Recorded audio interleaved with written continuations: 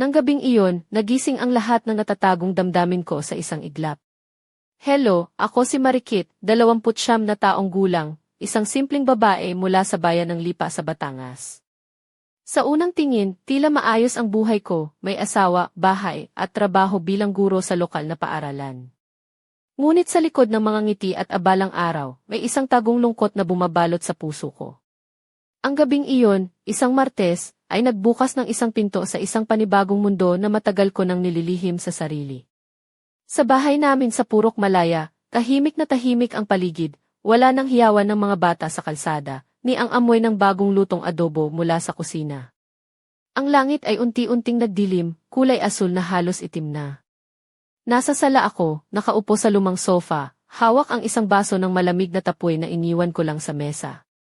Ang telebisyon ay bukas, nagpapalabas ng mga lumang pelikula, pero hindi ko nga alam kung ano ang pinapanood ko. Habang nakatitig ako sa walang buhay na pader, lumapit si Bantay, ang aking golden retriever na kasama ko ng 5 taon. Hindi siya tumahol o umikot, simpleng inilapit ang kanyang ulo sa aking mga hita at tumingin sa akin, gamit ang mga matang kulay tsokolate na puno ng pangunawa, tila alam niya ang lahat ng mga sikreto ng aking kaluluwa. Dahan-dahan kong hinaplos ang kanyang balahibo, na parang iyon lang ang nag-iisang bagay na nakakabawas sa bigat ng aking puso. Doon ko naisip na matagal ko nang hindi talaga nabubuhay. Ang asawa ko, si June, ay madalas na nasa Maynila para sa kanyang trabaho sa isang malaking kumpanya. Nakasanayan na naming mag-communicate sa pamamagitan ng mga text at tawag, pero palaging may puwang sa pagitan namin, isang puwang na puno ng katahimikan at distansya. Sa kabila ng lahat ng material na biyaya, maganda naming bahay sa isang tahimik na subdivision, mga weekend brunch sa Tagaytay, at mga bakasyon sa Batangas, kulang ang init at tunay na koneksyon. Hindi ko siya sinisisi, alam kong ginagawa niya ang lahat para sa amin. Ngunit habang ginagawa ko ang papel na perpektong asawa, nawawala ang boses ko sa gitna ng katahimikan. Ang gabi na iyon, si Bantay ang naging aking sandigan, ang tanging kasama sa isang mundong tila walang saysay. Habang pinapatay ko ang telebisyon at nakaupo ng tahimik, napangiti ako sa kanyang mainit na presensya. Hinipan ko siya ng mahina, ano kaya ang gagawin ko kung wala ka? Sagot niya ay isang malambing na kumabog ng buntot sa sahig, parang sinasabi, hindi ka nag-iisa. Sa unang pagkakataon, inamin ko sa sarili ko ang katotohanan na matagal na akong nag-iisa, hindi lang dahil sa kawalan ni June, kundi dahil nakalimutan ko na kung sino talaga ako sa likod ng mga pangarap na naantala. At doon nagsimula ang pagbabago. Ang gabing iyon ay nagsilbing simula ng isang mahaba at masalimuot na paglalakbay para sa akin, isang paglalakbay upang muling tuklasin ang sarili sa gitna ng mga naiwang pangarap at mga lihim na hinanakit. Kinabukasan, habang nag-aalmusal ako sa kusina ng aming bahay sa Lipa, nililingon-lingon ko si Bantay na masiglang naglalakad sa likod bahay, dala ang isang makapal at medyo kupas na kwaderno sa bibig niya. Nang tinanggap ko iyon mula sa kanya, agad akong naupo sa sahig at binuksan ang mga pahina. Ang amoy ng lumang papel at ang mga sulat na tila galing pa sa nakaraan ay biglang bumalot sa akin. Sa bawat tuldok, linya, at salitang nakasulat, parang may isang boses mula sa kahapon ang sumalubong sa akin, mga munting kwento ng pangarap, lungkot, at pag-asa na minsang isinulat ng isang tao na tila kapareho ko. Mga pangarap na naiwang nakabaon sa mga sulok ng alaala, mga tanong na hinding-hindi ko inaakala na mababasa ko sa ganitong paraan. Napagtanto ko na hindi ako nag-iisa sa pakikipaglaban sa mga damdaming ito. May mga taong dumaan sa buhay na ito na may parehong hinaing, mga taong nagtiis sa katahimikan at naghangad ng pag-asa. Ang paghawak ko sa kwentong iyon ay parang paghawak sa isang bahagi ng aking sarili na matagal nang nawawala. Hindi ko maipaliwanag ang kakaibang init na bumalot sa puso ko habang binabasa ko ang bawat salita. Parang may boses na bumabangon sa loob ko, na nagsasabing panahon na upang muling magsalita, upang muling maramdaman ang buhay na matagal nang nawala. Pagkatapos ng ilang oras, nagpasya akong ilabas si Bantay at pumunta kami sa parke ng bayan, isang lugar na dati ay puno ng buhay at tawanan. Ngunit ngayon, habang naglalakad kami, napansin kong iba ang pakiramdam, parang mas malapit ang mundo, mas buhay at puno ng mga posibilidad. Umupo kami sa ilalim ng isang malaking puno, at sa aking mga labi ay lumabas ang isang katotohanan na matagal ko nang nililihim. Parang nakalimutan ko kung paano maging masaya, sabi ko ng malakas, halos para sa sarili ko lamang. Si Bantay, na laging nakikinig, ay tahimik na nakaupo sa tabi ko, nakatingin ng may buong atensyon. Sa mahabang panahon, naghihintay ako, hindi ko eksaktong alam kung ano ang hinihintay ko. Siguro ang pagkakataon, o ang kaligayahan, o isang pangyayari na magpapabago sa lahat. Ngunit sa araw na iyon, naintindihan ko na ang paghihintay ay hindi nagdala ng kasiyahan, kundi ng mas matinding kalungkutan. Pagdating sa bahay, binuksan ko ang isang bagong kwaderno, isang blankong pahina na handang punan ng mga salitang hindi para sa iba, kundi para sa akin. Simula noon, nagsimula akong isulat ang mga damdamin na matagal nang nakatago, ang mga pangarap na tila baga na iwang nakatigil sa oras. Habang ginagawa ko ito, naramdaman ko ang isang kakaibang lakas na bumabalik sa akin. Parang ang bawat salita ay isang hakbang palabas sa kadiliman, isang simula ng bagong buhay na matagal ko nang hinahanap. Sa likod ng lahat ng ito, si Bantay, ang aking tapat na kaibigan, ay nanatiling kasama ko sa bawat sandali na parang sinasabi, hindi ka nag-iisa, Marikit. At sa araw na iyon, unti-unti kong naramdaman na handa na akong harapin ang mga susunod na kabanata ng aking buhay. Hindi ko inakala na ang simpleng paglalakad namin ni Bantay sa parke ay magiging simula ng isang bagong yugto sa aking buhay. Sa bawat hakbang, naramdaman kong unti-unting bumabalik ang sigla sa aking mga binti, habang ang malamig na hangin ng umaga ay dumadampi sa aking mukha, na parang nagbubukas ng mga pinto ng aking isipan at puso. Ang parke sa bayan ng Lipa, na dati kong tinatahak ng walang pakialam sa paligid, ngayon ay punong-puno ng mga bagong tanawin at tunog. Nakita ko ang mga bata na masayang naglalaro sa palaruan, mga magulang na nag-uusap habang nagbabantay, at mga matatanda na naglalakad ng mabagal, nagpapahinga sa mga bangko. Ang mga simpleng eksenang ito ay nagpaalala sa akin ng mga bagay na matagal ko nang nakalimutan, ang saya ng pagkakaroon ng tunay na koneksyon sa mundong ito. Habang nakaupo ako sa ilalim ng punong mangga, nilingon ko si Bantay na tahimik na nakatingin sa paligid na may mga matang puno ng interes at katapatan. Marahil, bulong ko sa sarili, dapat ko nang simulan ang pagbabago na matagal ko nang kinatatakutan. Hindi ko maipaliwanag kung bakit, pero ang puso ko ay nagtanong ng isang simpleng katanungan na matagal ko nang iniiwasan. Ano ba talaga ang gusto kong gawin para sa sarili ko, hindi para sa iba? Lumapit ako sa isang maliit na tindahan ng aklat sa kanto ng parke, at napansin ko ang isang poster na nakapaskil sa salamin. Workshop sa malikhaing pagsulat, ibalik ang iyong tinig. Ang mga salitang iyon ay tila kumatok sa puso ko ng malakas. Hindi ito Paris o Roma na palaging panaginip ng iba, ngunit para sa akin, ito ay isang simula, isang pagkakataon upang muling maramdaman ang sigla ng buhay sa pamamagitan ng pagsusulat. Dinala ko ang larawan ng poster sa aking telepono at pagdating sa bahay, sinulat ko sa aking kalendaryo ang petsa ng workshop na iyon. Tumakas ka, Marikit. Tumakas ka, ang nakasulat ko sa ilalim, para paalala sa sarili na huwag matakot sa pagbabago. Habang papalapit ang gabi, umupo ako sa sala kasama si Bantay na nakadikit sa aking mga paa, at pinanood namin ang papalubog na araw sa likod ng aming bahay. Ang katahimikan ng gabi noon ay hindi na parang isang pasanin, kundi isang pagkakataon upang magmuni-muni. Marahil, bulong ko habang hinahaplos ang balahibo ni Bantay, ito ang simula ng isang bagong kwento, isang kwento na ako ang maihawak ng panulat. Hindi ko pa alam kung saan ako dadalhin ang landas na ito, ngunit sa unang pagkakataon sa mahabang panahon, hindi ako natatakot. At si Bantay, sa kanyang tahimik na paraan, ay parang nagsasabing, kasama mo ako, saan ka man magpunta. Ang gabing iyon, bago matulog, napangiti ako. Hindi dahil sa kasiyahan, kundi dahil sa pag-asa, isang maliit na apoy na unti-unting lumalago sa loob ng aking puso. At iyon ang isang bagay na matagal ko nang hinahanap. Hindi ko malilimutan ang araw na iyon, ang simula ng isang bagong yugto na puno ng pag-asa at takot. Pumasok ako sa maliit na silid-aralan sa puso ng Lipa City, kung saan gaganapin ang workshop sa malikhaing pagsulat. Ang amoy ng mga lumang libro at tinta ay pumuno sa hangin, na para bang nagbubukas ng mga pinto ng isang bagong mundo. Nasa loob ang isang maliit na grupo ng mga tao, iba't ibang edad at kwento, ngunit lahat ay naghahangad din ng isang bagay, ang muling pagbibigay buhay sa kanilang tinig. Ako'y nakaupo sa tabi ng bintana, nakasuot ng simpleng puting blusa at maong na pantalon, ang mga paa ko ay nakasandals na medyo luma na. Sa aking lieg ay nakasabit ang isang maliit na kwintas na galing sa lola ko, parang isang paalala na kahit kanino man ako mapunta, dala ko ang aking pinagmulang pamilya. Ang guro, isang babae na tinawag na Ate Luningning, ay may malumanay na tinig at mga matang puno ng kwento. Sinimulan niya ang klase sa isang simpleng tanong, ano ang nais niyong sabihin sa mundo? Hindi ko agad masagot iyon. Sa loob ng maraming taon, naging tahimik ako, na para bang nawala ang boses ko sa gitna ng ingay ng buhay.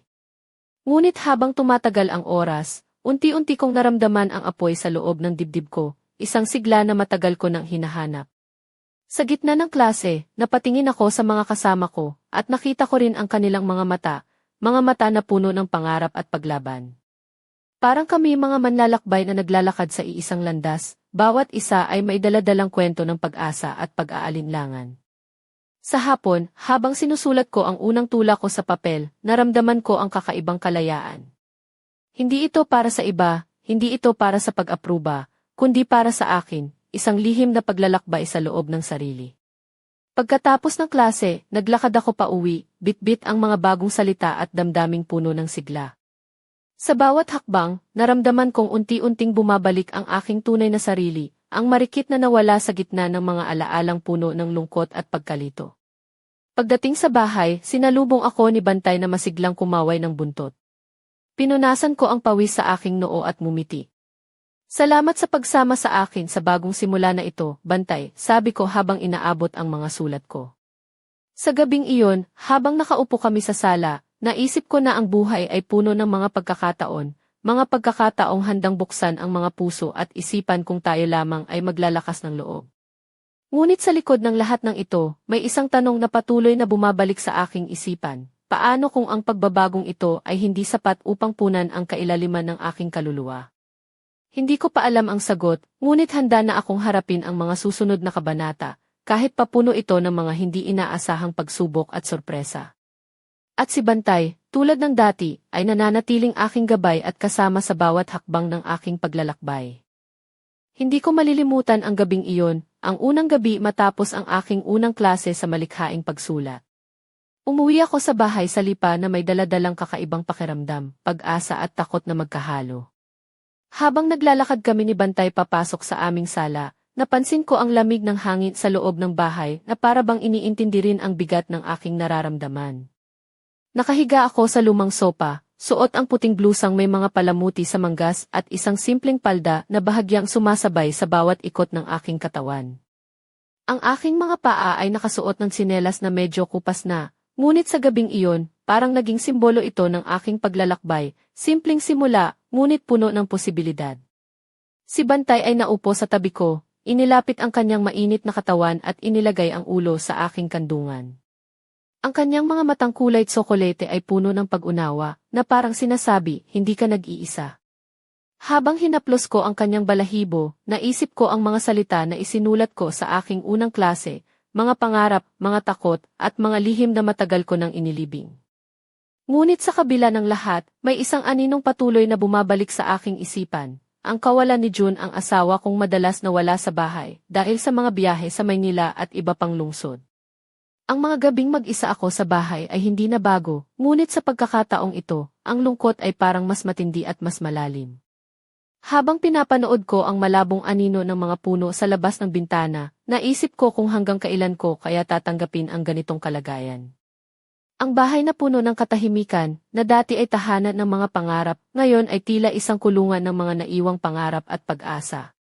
Hindi ko maikaila na may bahagi sa akin na natatakot na baka ang mga pagbabago na sinimulan ko ay hindi sapat upang baguhin ang takbo ng aking buhay. Ngunit sa kabila nito, may apoy na unti-unting naglalagablab sa aking puso, isang apoy na nagsasabing kailangan kong lumaban para sa sarili ko. Pinikit ko ang mga mata at niyakap si Bantay ng mahigpit. Salamat sa pagiging ilaw sa dilim, Bantay, bulong ko. Sana balang araw, makita ko rin ang liwanag na hinahanap ko. Sa gabing iyon, habang nakahiga ako sa dilim, naramdaman ko ang isang kakaibang lakas, isang lakas na nagmumula sa loob, na nagsasabing ito pa lamang ang simula. Ngunit sa kabila ng pag-asa, may isang lihim na unti-unting sumisiklab sa aking isipan, isang lihim na maaaring magbago ng lahat ng aking alam tungkol sa sarili ko at sa buhay na aking pinili. Hindi ko pa alam kung ano iyon, ngunit ramdam ko, malapit na itong sumabog. At sa aking puso, alam kong hindi ako handa para rito. Hindi ko inaasahan na ang gabing iyon ay magiging isang pagbubukas ng mga bagong damdamin at mga tanong na matagal ko nang tinatago sa kailaliman ng puso ko. Habang nakahiga ako sa madilim na silid, si Bantay ay mahigpit na nakadikit sa aking mga paa, parang ramdam niya ang bigat ng aking puso. Habang ang hangin ay dahan-dahang dumadaan sa bintana, napaisip ako kung paano natin hinahayaan ang mga bagay na hindi natin kontrolado na magdikta sa ating buhay, ang mga taong malayo, ang mga pangarap na napabayaan, at ang mga katahimikan na puno ng mga hindi nasabing salita. Hindi ko mapaniwala ang ilang taon na akong nabubuhay sa ganitong estado, mag-isa, kahit na may asawa, tahimik, kahit puno ng mga pangarap, at nakatali sa isang mundong unti-unting nawawala ang kulay.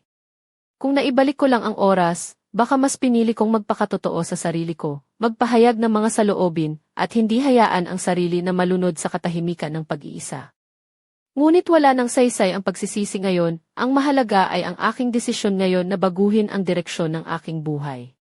Habang iniisip ko ito, naalala ko ang mga pahina ng lumang kwaderno na natagpuan ko, mga salita ng pag-asa, pangarap at kalayaan na tila sumisigaw mula sa nakaraan. Parang may isang tinig na nagsasabi sa akin, hindi ka nag-iisa, Marikit. Kaya mong bumangon. Ngunit paano kung hindi sapat ang tapang ko? Paano kung ang paglalakbay na ito ay puno ng sakit at pagkabigo? Ang mga tanong na iyon ay parang mga anino na sumusunod sa bawat hakbang ko, nagpapahina ng loob. Sa gitna ng mga pag-aalinlangan, napatingin ako kay Bantay, at sa kanyang mga mata, nakita ko ang walang hanggang katapatan at pagmamahal. Doon ko naisip na hindi ko kailangang harapin ito ng mag-isa. Salamat, Bantay, bulong ko. Ikaw ang aking lakas kahit sa pinakamadilim na sandali. Ngunit sa kabila ng aking mga salita, may isang lihim na unti-unting sumisiklab sa puso ko, isang lihim na magpapabago ng lahat. Isang tao na muling magpapasok ng kaguluhan at pag-asa sa buhay ko, ngunit hindi ko pa alam kung kailan at paano. Ang gabing iyon ay puno ng mga pangarap at takot, ng pag-asa at pag-aalinlangan. At sa pagpasok ng dilim, alam ko na ang buhay ko ay hindi na magiging katulad ng dati. Ngunit ang tanong ay, handa ba ako sa mga pagbabagong darating? At higit sa lahat, ano ang tunay na ibig sabihin ng magpakasaya, sa sarili o sa iba? Habang nakatitig ako sa kisame, hindi ko maiwasang mangarap na isang araw, matatagpuan ko ang sagot, kahit na ang daan patungo dito ay puno ng mga lihim at pagsubok. Isang linggo ang lumipas mula nang simulan ko ang workshop sa pagsulat, at sa bawat araw ay unti-unting nagbabago ang mundo ko. Ngunit sa kabila ng mga bagong damdaming umuusbong, may isang hindi inaasahang pangyayari ang dumating na kumulo sa aking puso at isipan. Isang hapon, habang naglalakad kami ni Bantay sa tabing daan ng bayan, napansin ko ang isang pamilyar na mukha sa gitna ng mga naglalakad. Hindi ako makapaniwala, si June, ang asawa ko, na matagal ko nang hindi nakita ng personal dahil sa kanyang mga biyahe, ay narito, nakatayo sa harap ng isang maliit na tindahan ng kape, tila nag-aabang. Hindi ko alam kung ano ang dapat kong maramdaman, kagulat, takot, o kaya'y pananabik. Ang mga alaala ng mga gabing mag-isa ako, ang mga sandaling naramdaman kong naiiwan, bigla ang bumalot sa aking isipan. Ngunit sa kabila ng lahat, naramdaman ko ang isang kakaibang lakas na noon lamang ay nadama ko, isang tapang na magsalita at harapin ang katotohanan. Lumapit siya sa akin ng dahan-dahan, may ngiting pilit na nakatago ang mga pag-aalinlangan. Marikit, ang kanyang tinig ay malumanay, ngunit may dalang bigat, matagal na kitang hinahanap. Hindi ko agad masagot, ang puso ko ay mabilis na kumakalabog habang ang mga mata namin ay nagtagpo. Sa kabila ng lahat ng distansya at mga salitang hindi nasabi, naramdaman kong may isang bagay na hindi pa tapos sa pagitan namin. Naglakad kami papunta sa isang maliit na mesa sa tabi ng kapehan, habang si Bantay ay tahimik na nakaupo sa aking tabi, tila nakikinig din sa aming pag-uusap. Marikit, sabi niya, alam kong may mga pagkukulang ako. Pero gusto kong malaman mo na nagbago ako, at handa akong baguhin ang lahat para sa atin. Hindi ko maitatanggi na ang mga salitang iyon ay nagdulot ng isang hindi inaasahang alon ng emosyon sa akin, pag-asa, takot, at pagkabigo na sabay-sabay na dumadaloy sa aking puso. Ngunit sa kabila ng lahat, naramdaman ko rin ang isang tanong na matagal ko nang itinago sa aking sarili, paano kung hindi na sapat ang mga pagbabago? Paano kung ang mga sugat na naitanim ng panahon ay hindi na maghilom? Habang pinagmamasdan ko ang mukha ni June, na puno ng pagsisisi at pag-asa, hindi ko maiwasang magtaka, ano ba talaga ang ibig sabihin ng pag-ibig kung ang distansya at katahimikan ang naging hadlang? At higit sa lahat, handa ba akong muling buksan ang puso ko sa isang taong matagal nang nawala, pati na rin sa mga sugat na dala niya? Ang gabing iyon ay puno ng mga tanong at damdaming hindi ko pa lubos na naunawaan. Ngunit isang bagay ang malinaw, ang kwento ng buhay ko ay hindi pa tapos, at ang mga susunod na pahina ay puno ng mga lihim at pagbabagong hindi ko pa kayang hulaan. Habang naupo kami ni June sa maliit na kapehan sa tabi ng plaza ng Lipa, ramdam ko ang bigat ng mga sandaling iyon, ang pagitan naming pareho ay puno ng mga salita na hindi nasabi at mga damdaming matagal nang itinatago. Ang mga mata niya ay puno ng pagsisisi, ngunit sa likod ng mga iyon, may pag-asa pa ring naglalaro. Tinitigan ko siya ng matagal, sinusubukang hanapin ang taong nakilala ko noon, ang lalaking minahal ko, ang kasama ko sa mga pangarap at plano. Ngunit sa kabila ng mga taon ng pagkakalayo, tila may pader na nakatayo sa pagitan namin, isang pader na gawa sa mga pag-aalinlangan at sakit. Marikit, wika niya, alam kong hindi naging madali ang mga nagdaang taon para sa atin. Naiintindihan ko kung bakit nagduda ka, kung bakit nag-alinlangan ka. Pero nandito ako ngayon, handang itama ang lahat.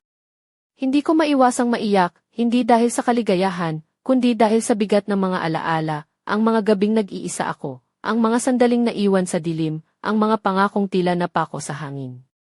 Napatingin ako kay Bantay na tahimik na nakaupo sa tabi namin, na parang nakakaunawa sa lahat ng nangyayari. Ang kanyang mga mata ay puno ng pagmamahal at katapatan, ang tanging bagay na matatag sa gitna ng unos na bumabalot sa puso ko. John, bulong ko, hindi ko alam kung paano tayo magsisimula muli. Parang nasira ang lahat, at kahit anong pilit, hindi ko makita kung paano pa tayo magiging buo. Ngunit sa kabila ng aking mga salita, may isang bahagi sa puso ko na nais pa ring maniwala na may pag-asa pa para sa aming dalawa, na ang mga sugat ay maaaring maghilom, at na ang pag-ibig ay maaaring muling magdulot ng liwanag sa madilim na gabi. Habang unti-unting lumalalim ang gabi, napagtanto ko na ang aming kwento ay hindi isang simpleng kwento ng paghihiwalay o pagkakawalay. Ito ay isang kwento ng paglaban, ng pag-asa, at ng muling pagkakatagpo, kahit na puno ng mga pagsubok at takot. Ngunit ang tanong pa rin ay nananatili, handa ba kami sa mga pagbabagong ito? At higit sa lahat, handa ba akong muling buksan ang aking puso, hindi lang para sa kanya, kundi para sa sarili ko? Sa gabing iyon, habang papalubog ang araw sa likod ng bundok, naramdaman ko na ang buhay ko ay papasok sa isang yugto ng pagbabago, isang yugto na maaaring magdala ng sakit, ngunit maaaring magdala rin ng tunay na kalayaan at pagmamahal. At si Bantay, na laging nandyan sa tabi ko, ay nagbigay ng tahimik na paalala, hindi ako nag-iisa sa laban na ito. Habang lumalalim ang gabi sa aming bahay sa Lipa, ang mga damdamin ko ay tila isang unos na nagwawala sa loob ng dibdib ko. Ang lahat ng nangyari, ang muling pagkikita namin ni June, ang mga salita na nagpalambot sa puso ko, at ang mga alaala na bumabalik, ay parang isang apoy na hindi ko kayang apulahin. Si Bantay ay nakahiga sa tabi ko, tahimik na nagmamasid, tila alam niya ang mga bagyong dumadaan sa aking isipan. Ang kanyang mainit na katawan ay nagbibigay ng kaunting ginhawa, ngunit hindi nito mapawi ang mga tanong na sumisiklab sa aking puso. Paano ba talaga ang pag-ibig? Isang damdamin na puno ng saya, ngunit minsan ay puno rin ng sakit. Ang pagsubok na harapin ang mga sugat ng nakaraan, habang pilit na binubuo ang mga piraso ng pusong durog. Habang iniisip ko ito, naalala ko ang mga oras na nag-iisa ako sa bahay. Ang mga gabi na si June ay wala, at ang mga sandaling si Bantay lamang ang kasama ko. Ang katahimikan na dati nakakapanlumo, ngayon nagiging sandigan ko. Ngunit ngayon, ang katahimikan ay nagiging isang hamon, isang paalala na kailangan kong pumili, manatili ba ako sa lugar na komportable at ligtas, o ba haharapin ko ang hindi tiyak ngunit puno ng posibilidad na pagbabago.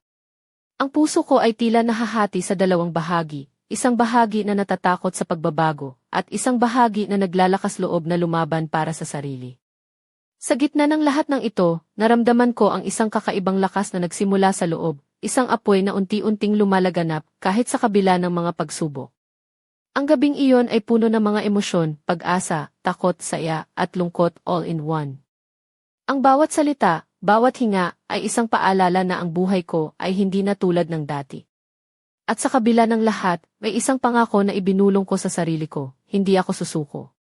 Hindi ako titigil sa paghahanap ng tunay na kaligayahan, kahit na ang daan ay puno ng mga lihim, sugat, at hindi inaasahang pagsubok. At si Bantay, na laging nandyan, ay ang aking gabay at lakas sa bawat hakbang. Ang kwento ko ay patuloy na sumusulat ng mga pahinang puno ng pag-asa, pag-aalinlangan, at mga lihim na naghihintay na matuklasan. At sa pagpasok ng bagong araw, handa na akong harapin ang lahat, hindi bilang isang babae na natatakot, kundi bilang isang mandirigma na naglalakbay sa landas ng sariling pagkakakilanlan. Hindi ko inakala na ang mga susunod na araw ay magdadala ng higit pang mga lihim at mga tanong na magpapabago sa buong mundo ko.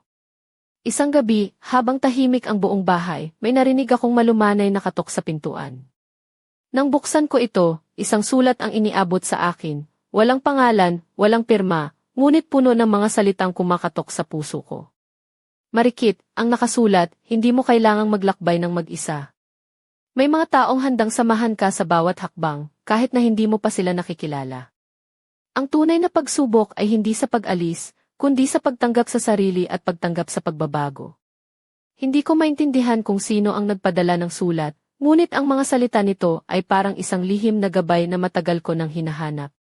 Sa loob ng mga pangungusap, naramdaman ko ang mga katotohanang matagal ko nang tinatago, ang takot sa pagbabago, ang pagnanais ng tunay na kalayaan, at ang pangarap na muling buhayin ang sarili. Habang hawak ko ang sulat, napatingin ako kay Bantay na tahimik na nakatingin sa akin. Ang mga mata niya ay puno ng pagmamahal at pangunawa. Parang sinasabi niya, hindi ka nag-iisa, Marikit. Ano man ang mangyari, nandito ako. Sa gabing iyon, habang nakaupo sa balkonahe ng aming bahay, pinanood ko ang mga bituin na dahan-dahang sumisilip sa madilim na langit.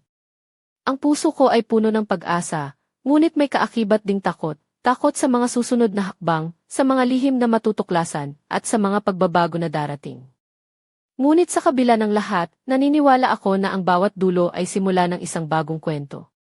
At ang kwento ko, bagamat puno ng mga pagsubok at lihim, ay patuloy na isusulat, isang kwento ng paglaya, pag-ibig at pagkakakilanlan. Habang hawak ko ang sulat, naisip ko, ano kaya ang susunod na kabanata? Sino kaya ang taong ito na nagpadala ng mensahe? At handa ba akong harapin ang mga sagot? Ang sagot ay nakatago pa sa dilim, naghihintay na mabunyag sa tamang panahon. At si Bantay, ang aking tapat na kasama, ay patuloy na nakahanda, handang samahan ako sa bawat hakbang ng paglalakbay na ito, saan man ito dalhin. Sa wakas, ang buhay ko ay hindi na lamang tungkol sa paghahanap ng sagot, kundi tungkol sa pagtanggap ng mga tanong, at sa pagyakap sa mga misteryong magpapalalim sa aking pagkatao. At dito nagsisimula ang tunay na kwento ng Marikit.